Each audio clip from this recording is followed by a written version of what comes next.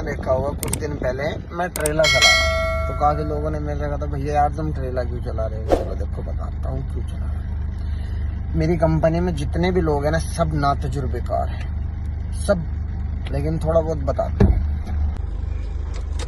देख रहे हो अब यो ट्रेलर यहाँ फंस गया। नई गाड़ी है, इसकी जो है क्या फूट गई थी, टंकी फूट गई थी।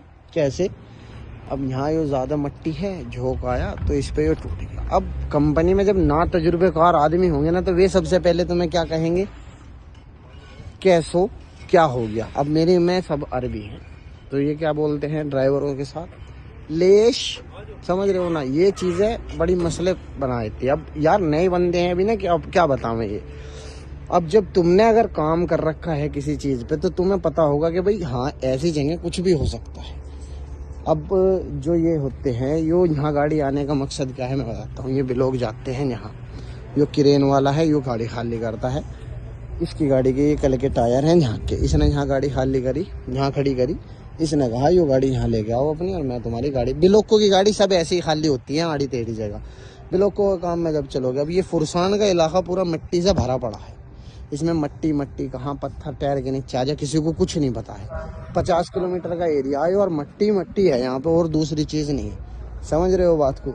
अब जैसे मैं हूँ, अब भाई मैं यहाँ गाड़ी चला के गया हूँ, क्यों आया था मैं इन्हीं लोगों के कहने पर आया था। और दूसरी बात मुझे लेना था आईफोन, समझ रहे हो।